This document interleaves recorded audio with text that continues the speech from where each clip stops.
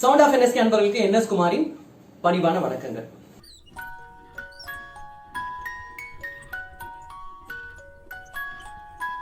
இன்றைய பதிவு எல்லாருக்குமே இந்த பதிவு முக்கியமான பதிவு. காரணம் என்னன்னு கேட்டீங்கன்னா, தன்னோட வாழ்க்கையில வெற்றி வரல அப்படின்னு சொல்லி நிறைய பேர் அலைஞ்சிட்டே இருப்பாங்க. அதாவது ஒரு சிலருக்கு ஒரு காலகட்டத்தில் ஒரு பெரிய விரக்தியே வந்துடும். என்னடா இது, எவ்வளவோ முயற்சி பண்றோம், ஏன் வெற்றி வரல அப்படின்னு பார்ப்பாங்க. பிசினஸ் பண்றோம், இப்ப குறிப்பா சுப காரியங்கள் பண்ணும்போதும் சரி, இல்ல இப்ப நல்ல நிகழ்ச்சிகள் செய்யும் போதும் சரி, இல்ல ரியல் எஸ்டேட் மாதிரி ஒரு சில பிசினஸ் பண்ணும்போதும் சரி. அதாவது ரொம்ப சிம்பிளா உங்களுக்கு சொல்லணும் அப்படின்னா, ஒரு வாகனம் வாங்குறீங்கன்னு நீங்க முடிவெடுக்கிறீங்க, இல்ல ஒரு வீடு வாங்கணும்னு முடிவெடுக்கிறீங்க, இல்ல ஒரு வரன் பார்க்கணும்னு முடிவெடுக்கிறீங்க, இல்ல வேற ஏதாவது ஒரு விஷயத்துக்காக நீங்க முடிவெடுக்கிறீங்க அப்படின்னு போது அந்த காரியம் செய்யப்பட வேண்டிய நேரம் அப்படின்னு பாத்தீங்கன்னா மிகவும் முக்கியமான ஒரு நேரமாகும்.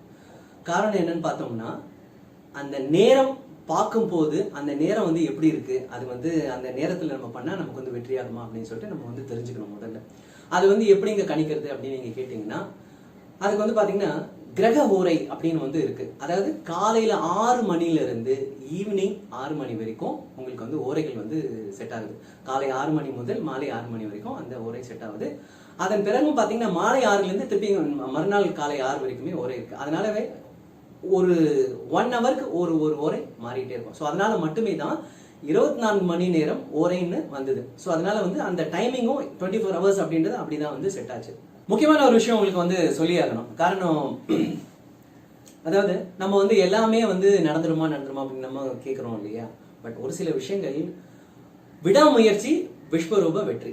ஓகே, அதுக்கு ஒரு உதாரணம் மட்டும் நான் சொல்றேன். மகா அவதார் பாபாஜி. ஓகே, அவர் உங்களுக்கு தெரியும், 2000 வருஷமாக இன்னமும் உயிரோட இருக்கிறாருன்னு தெரியும். எல்லா விஷயமும் உங்களுக்கு நிறைய விஷயங்கள் கேள்விப்பட்டிருப்பீங்க. ஓகே, இப்போ அவரை பார்க்கணும் அப்படின்னு சொல்லிட்டு ஒரு பக்தர் ஆசைப்படுறாரு. ஆசைப்பட்டு நிறைய அதுக்காக தன்னை வருத்தி ஒரு காலகட்டத்தில் போயிடுறாரு, ஹிமாலயாஸ் போயிடுறாரு. பார்த்துடுறாரு, சுவாமியை பார்த்துடுறாரு, மகாவதார் பாபாஜியை பார்த்துடுறாரு. பார்த்துட்டு அப்போ பாபாஜி கேட்குறாரு, எதுக்கு என்ன நீங்கள் பார்க்கணும் அப்படின்னு நினச்சிங்க அப்படின்னு கேட்குறாரு. பட் அதுக்கு அவருக்கு அவர் சொல்கிறாரு, நான் உங்ககிட்ட சீடனா ஜாயின் பண்ணணும், சேர்ந்துக்கிறேன் அப்படின்னு சொன்னார். அதுக்கு நீ ஒரு காரியம் பண்ணணும் அப்படின்னு சொல்றாரு. என்ன பண்ணணும் அப்படின்னா, அங்க இருக்கிற ஒரு மலையை காமிச்சு அந்த மலையிலேருந்து நீ கீழே குதிச்சிரு அப்படின்னு சொல்றாரு. அவர் ஒண்ணுமே சொல்லலை. அந்த மலை கிட்ட போனாரு, மலையிலேருந்து கீழே குதிச்சிட்டாரு, இறந்து போயிட்டாரு. அந்த உடல் ரொம்ப சதறிச்சு, பல பாகங்களா சதறிச்சு. ஓகே, அப்ப பாபாஜி சொல்றாரு, அங்க இருந்து சீடர்களை கூப்பிட்டு அந்த உடலை பீஸ் பீஸா இருக்கிற பாடியை கொண்டு வாங்க அப்படின்னு சொல்றாரு. அவங்களும் கொண்டு வராங்க. பாபா முன்னாடி அந்த பொருள்லாம் வைக்கப்படுது. அந்த பாடியா இருக்கிறது, பீஸ் பீஸா இருக்கிறது வைக்கிறாங்க. வச்ச உடனே பாபா ஆசீர்வாதம் பண்ணி அந்த பாடி உயிராக்கிடுறாரு. உயிராக்கிட்டு அவரை தன்னோட சீடனா ஏத்துக்கிறார். எதுக்கு இதை நான் சொல்றேன் அப்படின்னு நீங்க பாத்தீங்கன்னா, எந்த ஒரு விஷயமும் நீங்க பண்றதுக்கு முன்னாடி அந்த விஷயத்துல ஒரு அர்ப்பணிப்பு அப்படின்னு ஒண்ணு இருக்கும். அது இருந்தால் மட்டும்தான் வெற்றி வரும். ஏன்னா நான் பண்றேன், அதை செய்யறேன், இதை செய்யறேன் அப்படின்னா ஆகாது எல்லாம் எதுவுமே. ஸோ உங்களை அதுக்கு நீங்க தயார்படுத்திக்கிட்டா மட்டும்தான் அந்த காரியம் நல்லா இருக்கும். இப்ப நீங்க ஒரு கேள்வி கூட கேட்கலாம், என்னங்க நாங்க ஓரையை பார்த்தா எங்களுக்கு செட் ஆயிடுமா அப்படின்றது மாதிரி கேட்கலாம். பட் இதுக்கு நம்மளோட பெரியவங்க பல பேர் சொல்லியிருக்காங்க, ஓரை பார்த்து செயல்பட்டவன் போரில் தோற்றதில்லை. நல்லா புரிஞ்சுக்கணும். ஓரை பார்த்து செயல்பட்டவன் போரில் தோற்றதில்லை. அந்த மாதிரி ஓரையை பார்த்து ஒரு காரியத்தை நம்ம செய்யறோம், இல்ல அதை ஃபாலோ பண்றோம் அப்படின்னா எல்லாமே வெற்றி தான். எல்லா காரியங்களும் வெற்றி தான். அது எந்த காரிய தடையே கிடையாது, எல்லாத்துக்கும் வெற்றி தான். இப்போ உதாரணமா ஓரை அப்படின்னும் போது என்ன அப்படின்னு நீங்க பாத்தீங்கன்னா, இப்போ ஒவ்வொரு நாள் ஒவ்வொரு ஓரை ஸ்டார்ட் ஆகும். இப்போ உதாரணமா பாத்தீங்கன்னா, ஞாயிற்றுக்கிழமை அப்படின்னு பாத்தீங்கன்னா காலையில 6 மணிக்கு பாத்தீங்கன்னா சூரிய ஓரை ஸ்டார்ட் ஆகும். திங்கக்கிழமை பாத்தீங்கன்னா சந்திர ஓரை ஸ்டார்ட் ஆகும். செவ்வாய்க்கிழமை பாத்தீங்கன்னா அங்காரகன் செவ்வாய் ஓரை ஸ்டார்ட் ஆகும். புதன்கிழமை பாத்தீங்கன்னா புதன் ஓரை ஸ்டார்ட் ஆகும். வியாழக்கிழமை குரு ஓரை ஸ்டார்ட் ஆகும். வெள்ளிக்கிழமை சுக்கிரன் ஓரை ஸ்டார்ட் ஆகும். சனிக்கிழமை சனி ஓரை ஸ்டார்ட் ஆகும். ஸோ இது மாதிரி ஒவ்வொரு கிழமைகளிலையும் ஒவ்வொரு கிரக ஓரை காலம் ஸ்டார்ட் ஆகும். ஸோ அந்த காலை 6 மணில இருந்து மாலை 6 மணி வரைக்கும் சொன்னேன் இல்லையா. இதுல முக்கியமான கிரக ஓரை பாத்தீங்க அப்படின்னா, ஒரு 3 கிரக ஓரையை சுப ஓரைகளா சொல்லலாம். அந்த ஓரையில கூட பாத்தீங்கன்னா ஸ்டார் மாதிரி ஒன்று போட்டிருப்போம். அது ரொம்ப ரொம்ப சுப ஓரை. அந்த ஓரை பாத்தீங்கன்னா குரு ஓரை சுப ஓரை, சுக்கிர ஓரை சுப ஓரை, புதன் ஓரை சுப ஓரை. இந்த மெயினா நீங்க எடுத்துக்க வேண்டிய ஓரை பாத்தீங்கன்னா 2 ஓரை நீங்க எடுத்துக்கலாம் பர்டிகுலர். பட் இந்த 3மே சுப ஓரை தான். இன்னொன்னு தேய்பிறை சுப ஓரை அதெல்லாம் கூட இருக்கு. பட் அதெல்லாம் கூட ரொம்ப உங்களுக்கு குழப்பமே வேண்டாம். ஒரு 2 ஓரை மட்டும் நீங்க ஃபாலோ பண்ணுங்க, இல்ல 3 ஓரையை ஃபாலோ பண்ணுங்க.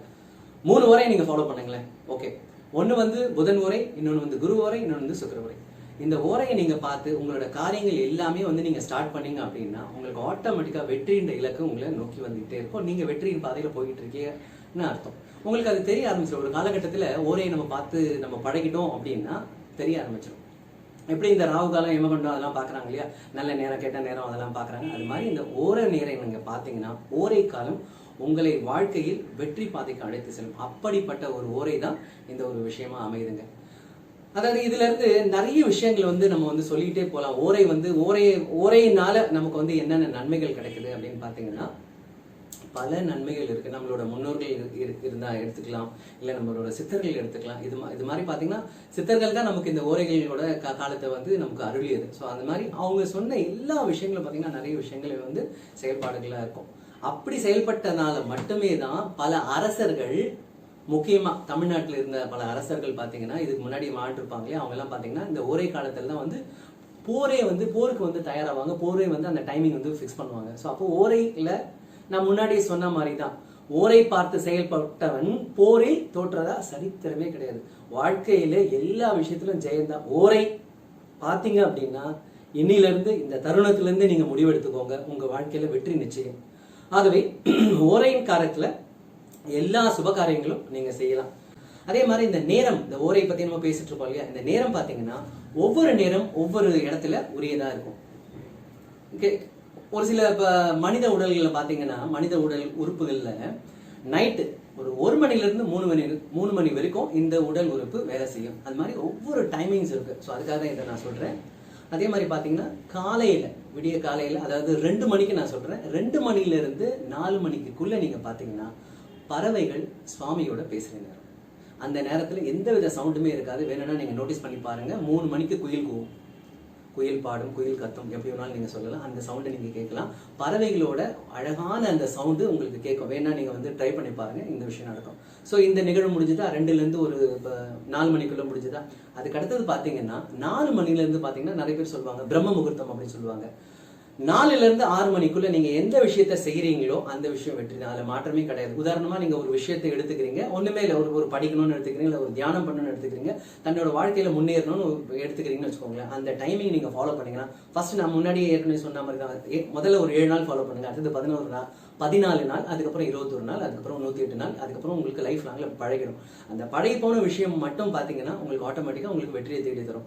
இன்னைக்கு சாதிச்சவங்க எல்லாருமே பாத்தீங்கன்னா அந்த விஷயத்தை தான் பண்ணியிருக்காங்க. ஸோ பிரம்ம முகூர்த்தத்துல எழுந்தா, பிரம்ம முகூர்த்தத்துல எந்த வேலை செஞ்சாலும் அந்த வேலை வெற்றி தான். அதுல மாற்றமே கிடையாது. தோல்விக்கு அந்த தோல்வின்ற வார்த்தையே கிடையாது, சக்சஸ் தான் எப்பவுமே. ஸோ அதை நீங்க இந்த நேரத்துல கண்டிப்பா மைண்ட்ல வச்சுக்கணும்.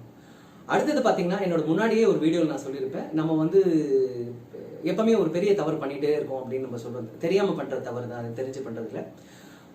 முன்னாடி நான் சொன்ன மாதிரி தான், எப்பவுமே வந்து நம்ம தலைமை ஆசிரியர்கிட்ட தான் போய் கம்ப்ளைண்ட் பண்ணிட்டே இருப்போம். ஆனா வந்து வகுப்பு ஆசிரியர்கிட்ட சொல்லவே மாட்டோம். எப்பவுமே வந்து மெயின் காட் கிட்ட நம்ம பேசிட்டே இருக்கோமே தவிர கீழே இருக்கிற வாத்தியார் கிட்ட சொல்லவே மாட்டோம். வாத்தியார் நான் சொல்றது பாத்தீங்கன்னா குருமார்களை சொல்றேன். குருமார்களை இன்னைக்கு வந்து பிடிச்சவங்க தான் இன்னைக்கு வந்து வெற்றியின் பாதையில நோக்கி போயிட்டு இருக்காங்க. உதாரணமா அதுல ஒரு 2 பேர் கூட உங்களுக்கு சொல்றேன். இன்னைக்கு வந்து ரொம்ப சக்சஸ்ஃபுல்லா வந்து நம்ம தமிழ்நாட்டுல நமக்கு தெரிஞ்ச மிகப்பெரிய பிரபலங்கள், ஒன்னு சூப்பர் ஸ்டார் ரஜினிகாந்த், இன்னொன்னு பாத்தீங்கன்னா டான்ஸ் மாஸ்டர் ராகவா லாரன்ஸ் நடிகர். ஸோ இவங்க 2 பேருமே பாத்தீங்கன்னா தன்னோட குருநாதர் ஆகிய ஸ்ரீ ராகவேந்திரரை மனப்பூர்வமா ஏத்துக்கிட்டு அவங்க அதுக்காகவே வந்து அவங்க வந்து வாழ்ந்துட்டு இருக்காங்க. தென் வந்து இன்னொரு குருநாதர் பாத்தீங்கன்னா பாபாஜியை வணங்கிட்டு இருக்காங்க. ஸோ எதுக்கு இதில் சொல்றேன்னா, இந்த குருநாதரை நீங்க வந்து பிடிச்சிட்டீங்க அப்படின்னா முடிஞ்சு போச்சு, உங்க வாழ்க்கையில நல்ல நிலைமைக்கு வந்துடுவீங்க. அதாவது ஒரு சில விஷயங்கள் வந்து ஒரு ஓரையை பாக்குறோம், நம்ம வந்து சரியாகல அப்படின்னா மனசு தளரவே வேண்டாம். திருப்பி திருப்பி திருப்பி திருப்பி செஞ்சுக்கிட்டே இருங்க. எப்படி வந்து நம்மளோட கடவுளோட நாமத்தை நம்ம திருப்பி திருப்பி சொல்லிக்கிட்டே இருக்கோம் அப்படின்னு பாத்தீங்கன்னா அது மூலியமா தான். இப்போ உதாரணமா ஒரு சில விஷயங்கள்லாம் நான் சொல்றேன். இப்ப ஒரு சிலருக்கு ஒரு நீளமான பேர் இருக்கும். ஓகே, இப்போ வந்து உதாரணமா பாத்தீங்கன்னா இப்ப சிவபிரகாசம் அப்படின்னு இருக்குன்னு வச்சுக்கோங்களேன். நிறைய பேர் என்ன பண்ணுவாங்கன்னா சிவா அப்படின்னு கூப்பிடுவாங்க, இல்ல பிரகாசம் கூப்பிடுவாங்க. அது முற்றிலும் முழுக்க முழுக்க தவறான ஒரு விஷயம். அந்த பேருக்கு உண்டான அந்த நாமம், அந்த நாமத்தை ஒழிக்கும் போது மட்டும்தான் அந்த பேருக்கு உண்டான ஒரு பவர், ஒரு சக்தி, ஒரு வைப்ரேஷன் கிடைக்குதுங்க. அதே மாதிரி தான் அந்த நேரத்துக்கு உண்டான ஒரு டைம், அந்த ஓரையை பார்த்து செயல்படுறவங்களுக்கு அந்த ஒரு பவர் கிடைக்குது. ஸோ அதனாலதான் இந்த உதாரணம் சொல்லப்படும். ஆகையால இதெல்லாம் பார்த்து, இந்த கிரக உரையெல்லாம் பார்த்து நீங்க இனிமேல் நீங்க இதெல்லாம் செயல்பட்டீங்க அப்படின்னா உங்களுக்கு ஆட்டோமேட்டிக்கா உங்களோட வாழ்க்கை ஃபுல்லாவே சந்தோஷமாவே நீங்க வந்து காலத்தை என்ஜாய் பண்ணிட்டு போயிடலாம். இதுதான் என்னோட ஆசையும். ஸோ இந்த கிரக ஓரையை கண்டிப்பா ஒவ்வொருத்தரும் நீங்க பயன்படுத்தணும், அதை பார்த்து நீங்க பயனடையணும்ன்றது தான் இந்த வீடியோவே. நன்றி, வணக்கம்.